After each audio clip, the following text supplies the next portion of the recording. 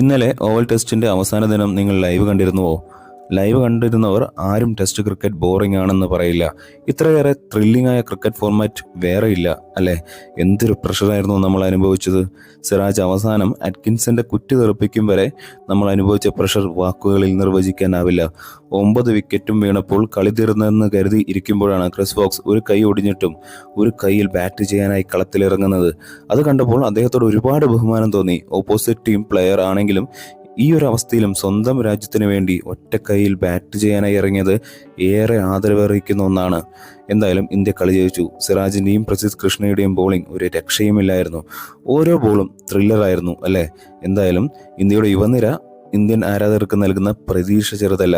ഗില്ലിന്റെ ക്യാപ്റ്റൻസിയിൽ പൊരുതിയാണ് Indian യുവനിര ഈ പരമ്പര സമനിലയിലാക്കിയത്.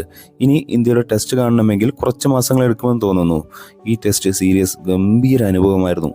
പിള്ളേരെല്ലാം കൊള്ളാം. ഇന്ത്യൻ ടീമിൻ്റെ ഭാവി സുരക്ഷിതമാണ്. ഈ മാച്ച് നിങ്ങൾ ലൈവായിട്ട് കണ്ടിട്ടുണ്ടെങ്കിൽ തീർച്ചയായിട്ടും ഒന്ന് കമൻറ്റ് ചെയ്യുക.